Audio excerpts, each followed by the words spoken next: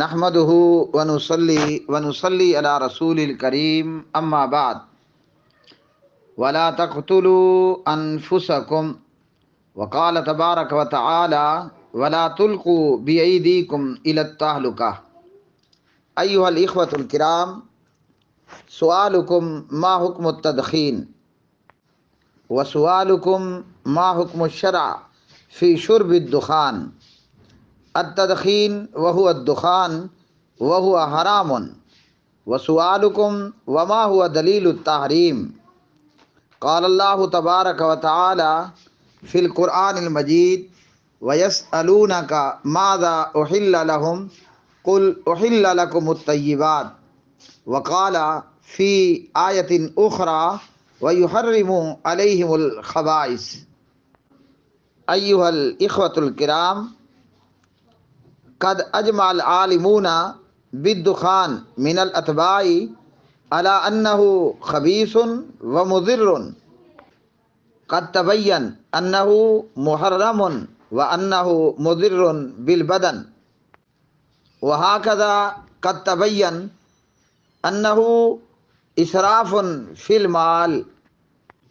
وقال تبارك وتعالى في كلامه ولا تسرفوا انه لا يحب المسرفين. وسئل فضیلۃ الشیخ صالح الفوزان حافظہ اللہ فی تناول الدخان قال انه حرام فلانه مضر، لانه قال اللہ تعالی فی القرآن المجید والفرقان الحمید ولا تلقوا بأیدیکم الی التہلکہ. وقد ثبت عن النبی صلی اللہ علیہ وسلم انہ نہا عن اضاعۃ المال. قال النبی صلی اللہ علیہ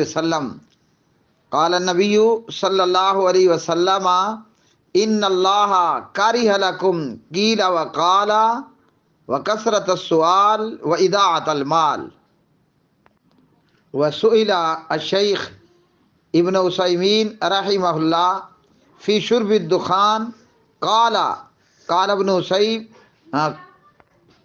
ابن عثیمین رحمہ اللہ شرب الدخان حرام علیک، ان التدخین والدخان حرام والدخان لا يجوز شربه ولا بیعه ولا التجارة فيه. الدخان محرم ولا يشك في تحريمه.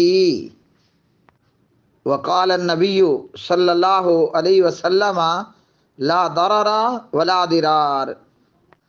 وأيها الإخوة الكرام حياتكم أفضل بدون التدخين.